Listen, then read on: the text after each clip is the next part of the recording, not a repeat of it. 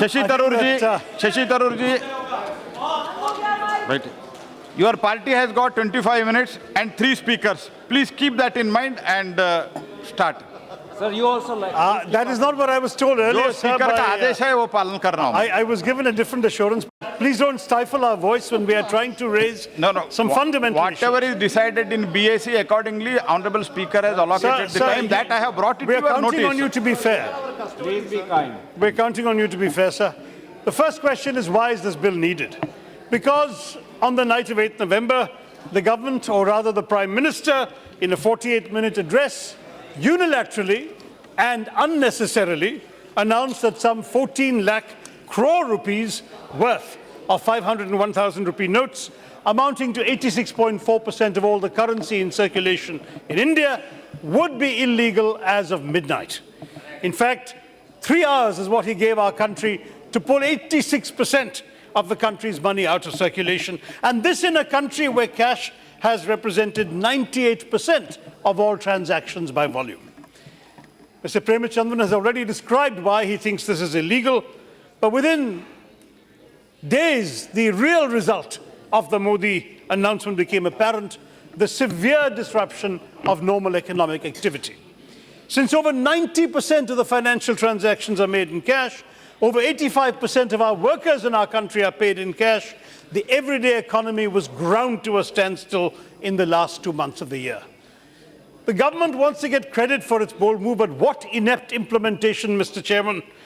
It made a mockery of the initial shock and awe with which the announcement was greeted. Appalling lack of elementary planning, which unleashed anarchy on the economy and insecurity and anxiety amongst people.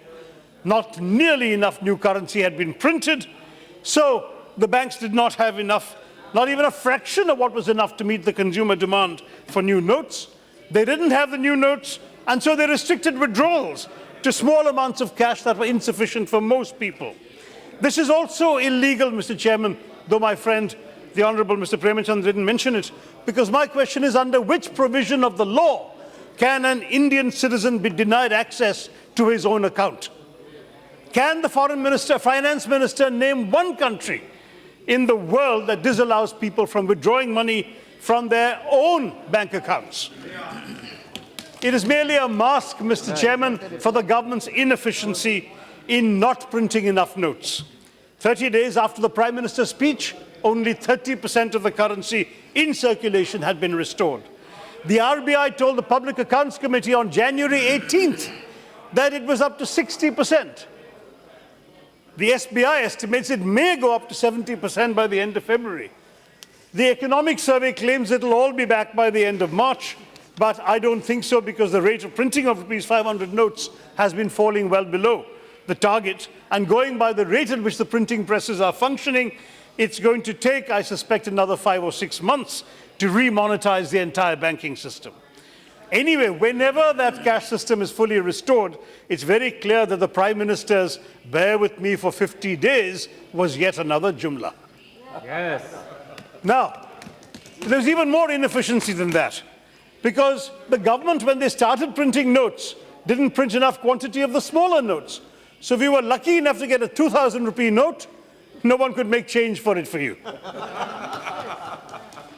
And even more inefficiency, the ATMs. It never occurred to the government to realize that if you want to put the new notes into the existing ATMs, they should be the same size as the old notes. They made them a different size, so they won't fit into the ATMs, and then they had to scramble to hire 50,000 engineers across the banking system to recalibrate the notes. Now, more seriously, Mr. Chairman, the lack of cash reduced both consumption and demand. I feel sorry for my friend, the Finance Minister, because he was proud, rightly so, that we were briefly the fastest growing economy in the world. Now we can no longer say that, because a booming economy that boasted the highest growth rates in the world has essentially suddenly become a cash-scarce economy, and the result was, of course, that production went down in all sectors. Small producers could not get working capital. Some businesses even have had to shut down. Daily wage workers, who are, of course, a majority of the labor force in our country, many of them lost their jobs because firms didn't have the cash to pay them. The Economic Survey itself, published by the Finance Ministry, states that demonetization is, and I quote, an aggregate demand shock, an aggregate supply shock, an uncertainty shock, and a liquidity shock. It says the cash crunch must have affected the informal economy. The informal economy accounts for nearly half the overall GDP and 80% of the employment economy, and inevitably it runs on cash. Unemployment now has shot up to a 5-year high of 5%, and according to the All India Manufacturers Organization, AIMO, macro and small-scale industries and traders have incurred 60% job losses and 47% revenue losses because of demonetization. Not only are the SMEs shutting down, according to AIMO, medium and large infrastructure companies they've surveyed have reported a 35% drop in employment and 45% drop in revenues. AIMO estimates even higher losses of jobs and revenue as of the end of March. Real estate, construction, infrastructure, which provide the maximum employment in our country after agriculture, are set to lose over 1 lakh jobs over the next year. The 8 lakh crore construction industry, which employs 4.5 crore people, has virtually ground to a halt with a drop of 80 to 90% in revenues. There's even been an inventory pileup because, of course, there's no consumer demand. Look at the economy, Mr. Chairman. All indicators, sales, cash flow, traders' incomes, production, employment were down in November and December 2016. And that's why our former Prime Minister, Dr. Manmohan Singh, estimated that the GDP of our country would shrink by 1 to 2% for the fiscal year. Local industries, footwear in Agra, garments in Tirupur, rubber in Kerala, and transport everywhere absolutely slowed down, in many cases had to be suspending their work for lack of money. The informal financial sector, rural money lenders who provide loans that amount to 40% of our total lending, that infrastructure has all but collapsed. In fact, rural India is in bad shape. The fishing industry, dependent entirely on cash sales of freshly caught fish, is deeply affected. This is even affecting coastal security, as I pointed out during question hour this morning, because the number of boats going out to sea has been so severely reduced because of demonetization that we have fewer eyes and ears looking for suspicious activity in our maritime waters. Traders are losing perishable stocks. Farmers are dumping their produce. There's another question today in question hour about that. In fact, there's been a study by economists at the Indira Gandhi Institute for Development Research, which in late November established that deliveries of rice to rural wholesale mandis were 61% below usual levels. Soybeans were down 77%, maize down 30%. The winter crop could not be sown on time because no one had cash for seeds, and therefore the harvest may well be 25% lower. And as I said, Mr. Chairman, we have another crisis when it comes to my own state of Kerala, because rural banking has been severely affected, since the distinct character of our rural banking sector is the major role of the cooperative sector, particularly primary cooperative societies, much more vibrant in Kerala than elsewhere, because over 70% of the deposits in primary agricultural cooperatives in India come from Kerala. Over 70% of the non-agricultural loans and advances made in India are made in Kerala. Over 15% of the agricultural loans and advances in India are disbursed in Kerala. But the Reserve Bank of India prevented all the 370 central district cooperative banks, 93,000 primary agriculture credit societies in the country from depositing or converting old notes after November 8th. And the result has been particularly damaging for my state. And I want to say that it's not just a question of one state. It shows a certain thoughtlessness towards the realities of our rural economy. Dairy, agriculture, and as I said, fishing have all been severely affected. Tourism may not seem very important to some people. It is, for us in Kerala, a huge contributor to our GDP. It's also vital for employment across the country. But foreigners were given a lot of inconvenience because of demonetization. Tourists were returning from Agra without seeing the Taj because their notes were not accepted at the ticket window. Travel plans had to be curtailed. Tourism prevails by word of mouth. How will you bring back, Mr. Chairman, the trust of foreigners who have spread the word of their harrowing ordeals in demonetizing India? Now, the economic survey has already lowered the growth rate projection to 6.5%. The IMF has come down from 7.6 to 6.6. The CMIE, the Center for Monitoring the Indian Economy, says it will be only 6% for the next 5 years. So I know the finance minister has made lots of claims about India's growth. I would say he and his prime minister have belied the expectations of the people of India.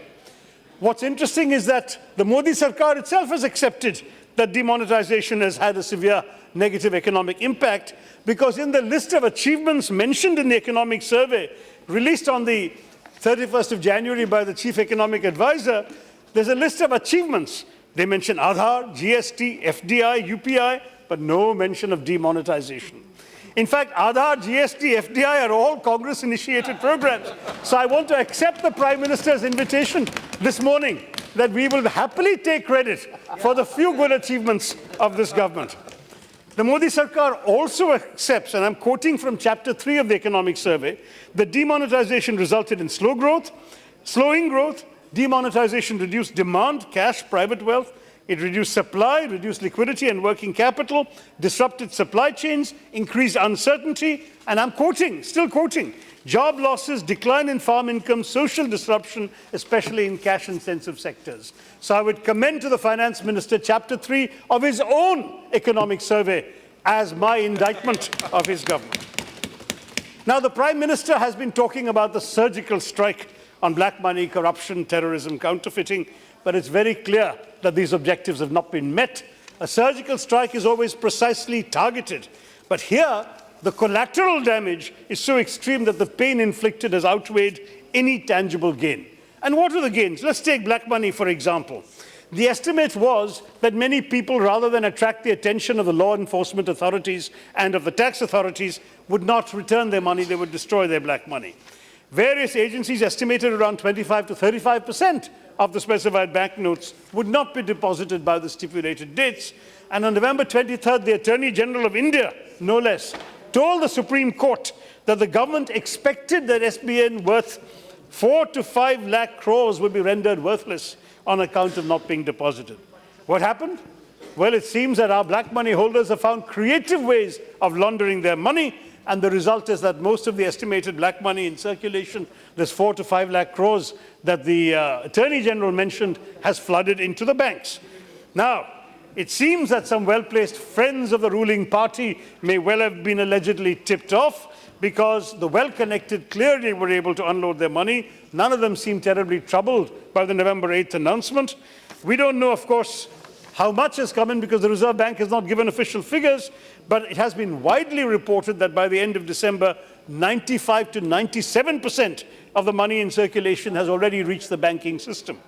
Now, if that's so, and minus the small amount being held by the central banks of Nepal and Bhutan and by NRIs, it looks like at most you will have 2 or 3% at most of all the demonetized specified banknotes undeposited. So the primary objective of cleansing the economy, we can now forget it. In fact, the RBI governor himself has conceded there is no impact at all of demonetization on the RBI's balance sheet, and there may be no liability write-off at all. So the bill's purpose is to extinguish the liabilities of the RBI, but none have been reduced. Now, as we all know, all cash is not black money, all black money is not cash. Most of it has been invested in real estate and other property, gold and jewelry, investments abroad, and round-tripping that has seen the money return to India's stock market as foreign investment from countries like Mauritius. Now, the Prime Minister this morning asked, yes, that's true, but when did you know it? Let me say we have always known it. This party, the UPA government, has all openly said this. I myself have said it in 2 different black money debates in this very House in the last 6 years. So the fact is that the government should also have known it. Then why did they make a scheme that only touches such a small proportion of the black money assets that people are holding? Worse, in the 6 weeks after demonetization, the Income Tax Department announced it had seized 500 crore rupees in unaccounted cash, and strikingly 92 crores of that black money happened to be in new notes. So what's going on? We're finding cases of corrupt officials, including bank managers, being caught red-handed in illegal transactions. Some bank managers were sitting in their banks from 9 to 5, telling people they had more money. And then from 5 to 9 in the evening, they were giving money out the back door to those who could launder it. So I want to say, though I'm by no means tarnishing all bank managers for the sins of a few, the fact is, Mr. Finance Minister, that in your drive against corruption, you have created new forms of corruption. Black money continues to be generated clearly. It has merely changed color and shape. Black money has become white by way of pink. And of course, 2,000 rupee notes will take up less space in the launderer's briefcase than 1,000 rupee notes did. Counterfeiting. You all know that you can withdraw notes. We've withdrawn in the past. Series of notes, say those before 2005 were made illegal in 2014. You don't need to demonetize for such an exercise. You print new notes and you phase out the old. If you're going to print new notes, then you have to have strong security features enmeshed with the design in order to prevent counterfeiting. But it seems the government has missed the opportunity to put in credible security features in the new notes it has launched post-demonetization, because there's no new watermark, no new security thread or fiber, no new latent image, and certainly no nano chip, as BJP supporters were boasting on WhatsApp. So will a mere color, change of color and size make them safe? Worse still, shockingly, RBI has admitted that 3 different versions of the 500 rupee note have been printed in haste. If all 3 versions are authentic, isn't it going to confuse the public and make it easier for counterfeiters to get away with their own fake versions? But still, Mr. Chairman, how big a problem is this counterfeiting? The Prime Minister mentioned it on November 8th, but if you look at the statistical facts of the Indian Statistical Institute, Kolkata, under the supervision of the government's own National Investigation Agency, the estimate of fake currency notes in circulation is only 400 crores, or roughly 0.03% of the currency withdrawn. It also indicated that the ability of banks to prevent these notes being deposited was limited because the sudden deadline, sudden announcement, short deadline, lots of money flooding in, they couldn't counter, the machines couldn't tell the notes, tellers had to do it manually, they didn't have the time. So the result, it seems, according to anecdote anyway, is that there has been a lot of fake currency slipping through into the banking system and becoming legitimized. So far from hurting counterfeiters, demonetization may have helped fake currency by being exchanged for new notes. That's the consequence on counterfeiting. Okay, please conclude, Shashi. On terrorism, the Prime Minister's third reason. Mr. Chairman, please be reasonable. We have a lot No, of... I am quite reasonable. Your party has got 25 minutes. Another 2 speakers you have. We will all be brief, sir. Let me quickly. All right, on terrorism, let me just say that a lot of studies... Already 20 minutes, nearing 20 minutes. Portal, showing that there is no causal relationship between the number of terrorist strikes on Indian soil and the absolute levels of currency in circulation. In any case, we're all seeing reports about terrorists being caught and arrested or shot in Kashmir possessing brand new currency notes. So how are the terrorists being affected? Instead, who has the government hit? Housewives. Housewives who had salted away their savings in biscuit tins or atta tins, they're the ones whose money has had to come out and be put into the bank when even their husbands didn't necessarily know how much they had saved. And then the stories of individual tragedies have been mentioned in this House. Hospitals turning away patients who only had old notes, children suffering, middle-class wage earners unable to buy medicines for the sick, 115 people reportedly dying after collapsing in bank queues, committing suicide, hitting each other, murdering each other, other demonetization-related events. There's even a report in one of today's papers that demonetization has led to an increase in domestic violence cases. So the people at the bottom of the economic pyramid have been the real victims of this policy. And, you know, I do want to say, Mr. Chairman, we've been restricting weddings in the wedding season to 2.5 lakhs each. But it seems if you were a BJP leader, you had no difficulty in celebrating a lavish wedding, even after demonetization. The goalposts have been shifting, Mr. Chairman. One thing, the Reserve Bank has issued 138 notifications in the first 70 days, then has stopped counting. Even the Reserve Bank employees and officers have complained about operational mismanagement, which has dented the RBI's autonomy and reputation beyond repair. And the governor of the RBI has been reduced to a lamb, and he's so silent, it's the silence of the lamb. Yes. Now, I just want to stress finally, Mr. Chairman, we're getting new objectives. The finance minister talks about expanding the tax net, but look at the cost at which this tax net is going to be expanded. The Prime Minister talked about a cashless economy. Please conclude now. No cash in the banks, no cash in the ATMs, no cash with people. That's the kind of cashless economy we have. Okay, thank you. Now, the fact is, sir, He has shifted the definition to less cash. I agree. Less cash economy. Professor Saugat Rai. Over 90% of our retail outlets don't have a card reader. Sir, last point. Speaking on the subject, The facts are very clear. Very few. Only 6% of Indian merchants and retail outlets even accept digital payments, Mr. Chairman.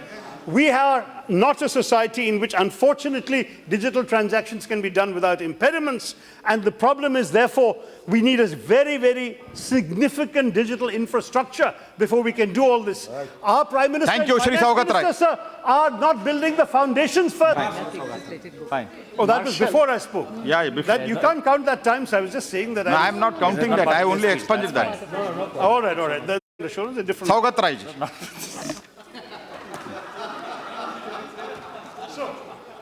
Saugat Rai, only Saugat Rai unless he speech will go on. concludes, sir, No, can't. There is a constraint, no. Time constraint also you should understand. No, you can't do like that. It is whatever is accepted in BSc, accordingly, Madam Speaker has allotted the time. Please conclude now. Shashi Tharoor ji, please conclude. To conclude. Please conclude now. I am allowing. No, you please sit down. Why everybody to you want to conclude, speak? sir, yes. To conclude, and actually the mic was off when I made my earlier point, but just to conclude, however, that the illegality of the entire exercise has been raised by my colleague, Mr. Premachandran.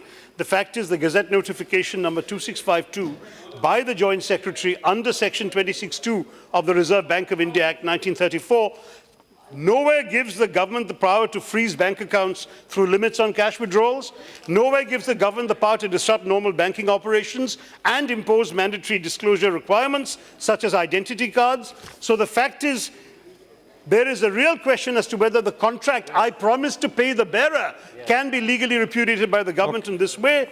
And I must say the Finance Minister, who is also a lawyer, should explain to us why this has been done, on what legal basis it's been done, why the minutes of the RBI decision on November 8th and the meeting notes have not been placed in the public domain, why only 4 independent directors attended out of 21 directors in the RBI, otherwise officials took the decision. Okay, thank you, Shri Professor Saugat Rai ji. And just to finish, therefore, I urge I'm sorry, Saugat Rai ji's speech, only Saugat Rai ji's speech will go on record.